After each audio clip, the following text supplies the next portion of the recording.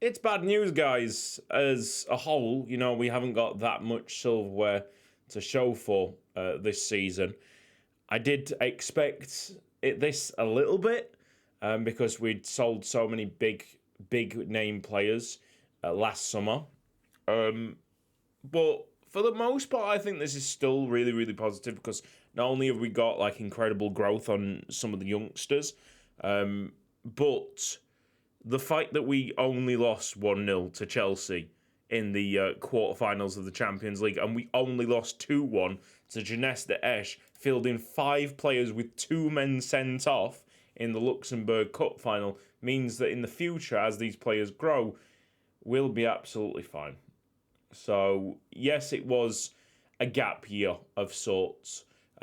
Maybe we could have done better. I think we could absolutely have done better. Chelsea got very lucky, I think. They got a penalty in Luxembourg. Simon Roger Kalonji, shout out to you, my friend, scoring what would turn out to be the winning goal. But prior to this game, I think Ugarelli and Chris Hewitt, 2 midfielders, both got injured. Just little tiny injuries, 2-3 days injuries that took them out of the first leg, and that proved to be the decider. Josemi had a couple of chances away at Stamford Bridge, but for the most part, they just defended for their lives. I mean, they didn't have a shot on target. I couldn't do anything. So it was just one of them years, and we were bound to get one of them years. And additionally, I was ready for it because I was bracing myself. We'd sold big players like Mazegla, Raul Torres, and I was thinking, well, it's probably going to be this year where we're not going to win the Champions League anyway. So we move on, we crack on, and that's what it turned out. It's awful for the coefficients of Luxembourg because we're really driving it. So we might drop down to 6th, but hopefully we stick to 5th. We need the other members of the Luxembourg European group to, pull their weight a little bit. Anyway, let's go on to the big story of this year, I would say. Ugarelli. Look how close he is to total green defending. Look at all the work that we've done. He's now 23 years old. He joined us when he was 18. We thought he was going to be a right winger. Look how close he is now. It's so barely visible. You might not be able to see it with the compression on the video, but there is a tiny bit of yellow above that line. And once he's past it, he is one of the most perfect midfielders that you could ever wish for. And you know what? He played a game in the league very recently. I think it was the one against Wilts where it was like 9-1 at the end, where he scored 5 goals and assisted an extra 2. Whoa! Okay, very Paradiso-like numbers there, but obviously from a central midfield spot. In some occasions, he is playing on the right-hand side as well, and he has been smashing in the training ratings. 10 training rating alongside Savo Saran. Okay, so yes, no Luxembourg Cup, no Champions League, BGL League in the bag, thankfully. We have a chance of going to 99 points with a win against Schiffelange. Let's have a look at the schedule. We did win the Super Cup at the start of the season, so that's a bit more silverware. Where were we? I think it was Dynamo Kiev, wasn't it? The 1st of November. So from the 1st of November... transfer history. We have 15th of November, Adilson coming in and then getting sold straight away to Benfica. Nice one. Adilson was from... you know what? I don't actually know that team straight away. Damn, I actually don't know that team straight away. Cap. Athletic. Oh no, it's not one that I know from heart. Anyway, he was signed up 4.9 million and then goes to Benfica. I think a little bit more expensive. Luis Pedro is a 3.5 star player, probably getting sold pretty soon. Just signing anybody that my scouts recommend. We have the money to do it. A lad from one of the Luxembourg, lower league Luxembourg teams, Progress Niederkorn, get 10 million from us on the 10th of January.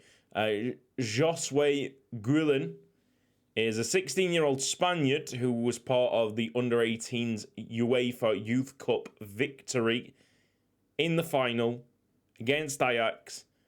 And we'll get to that in a second because it's pretty incredible. But Josue Guillen, £2 million. Ben Bruce from Leicester City, a little bit more expensive at 40-odd million. I don't really know what we're going to do with him. He's an attacking midfielder, but he looked the business. This could be another wonder from Cruz Azul. This time we got him early. He's a model citizen. He's slightly injury prone, which is a bad thing, but he is growing quite nicely. And his potential has gone up from 4.5 stars to 5. Nice to see it. Loads of really makeshift, awkward, unconvincing roles everywhere around the field. Is an all-rounder. How about that? But it looks like very defensively solid already. Wing back. Elba Ferreira Neto. Nice overall quality. Driven. 19 determination. Only 3.5 stars.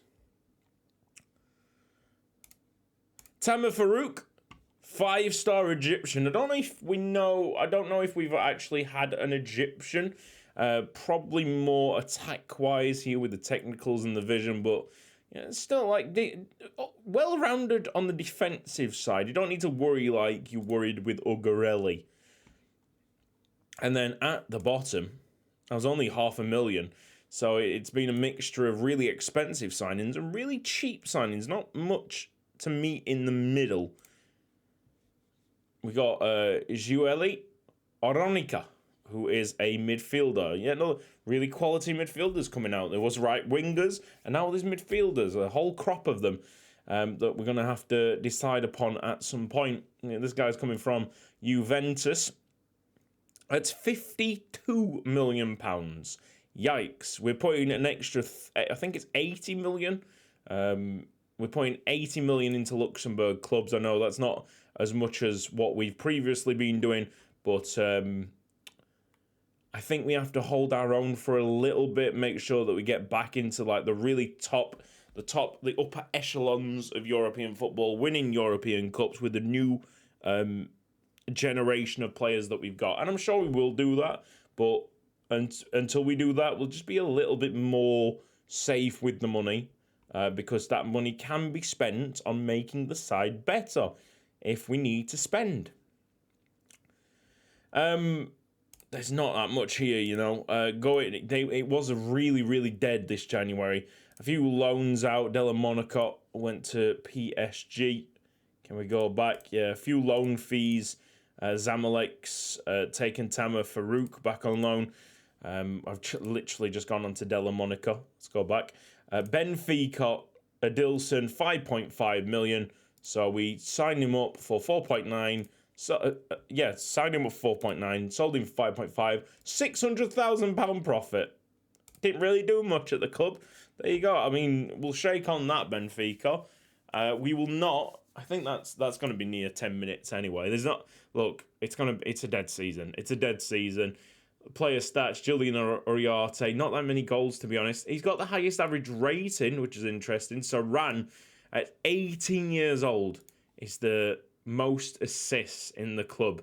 He's top of the Wonder Kids. We've got 22 players in the top 50 Wonder Kids in the world. It is amazing. Agresta, 99% pass completion, really impressive. Uriarte, 13 Player of the Match awards. And we go to the under-18s. Let's appreciate the fact that they beat Ajax under-18s in the UEFA Youth League final by 9 goals to 1. Woof. Woof. And the most impressive thing about this is that the goals were spread all around the team, which means that surely there's quality all around the team. I'm not going to show you all the goals, but I think that the Naffel strike, Pascal Naffel, in the 73rd minute is the pick of the bunch. You got a left-hand sided player there on a 10 rating. 9-1 is just an incredible scoreline in the Youth League. Reminds me of when that moment where Rupel Boom just annihilated another European club in the final by an even bigger scoreline, actually. All right. So, final game of the season, it's Schifflange against Titus, and then we'll have a look at the report that you get at the end of the season. I don't know if we'll go all the way to the Champions League final. I think it's Juventus against Manchester City this time around. So let's make sure that it's simulated. It's the first time in 5 years that there's going to be a new winner. We've taken the last 4. Thank you, Chair, for breaking the silence up. So let's take a look what we've done at the end. It's a 3-0 win. It's nice and comfortable. Josme Carrillo with Josme assist. Shackleton Dodd. Very good. Shackleton Dodd, key player if you haven't heard it from my mouth yet. I think... Oh, sorry, my bad. Ugarelli has now taken the key player. There's still a little bit of yellow there.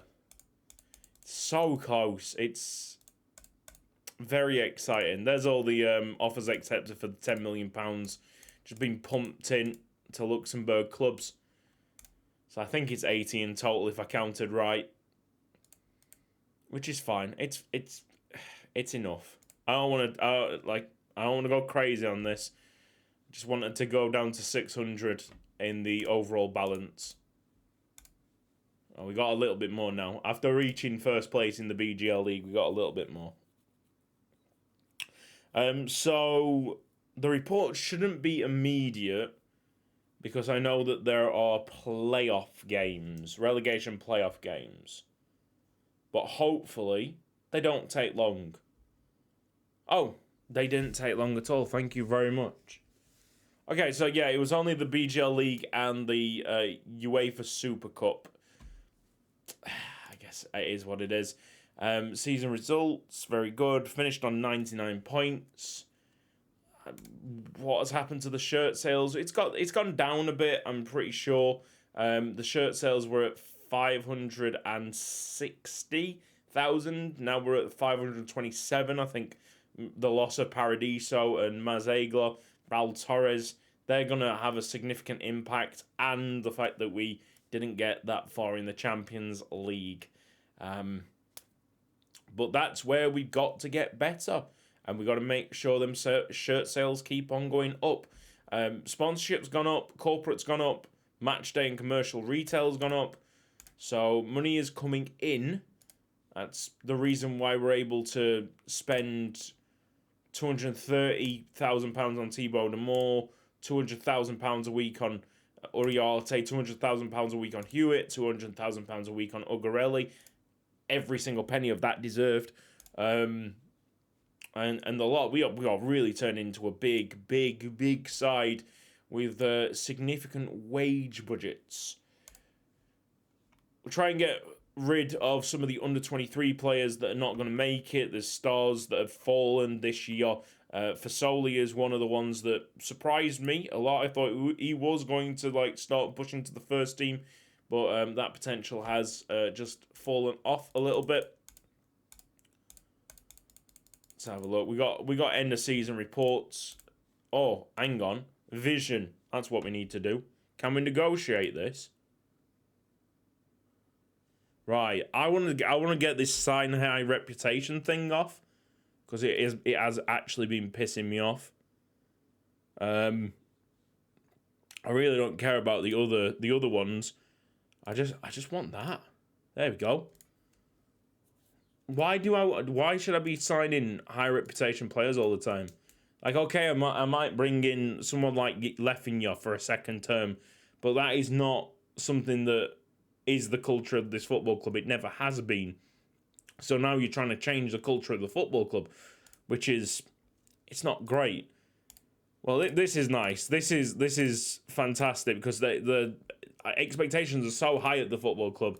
The meeting is literally going.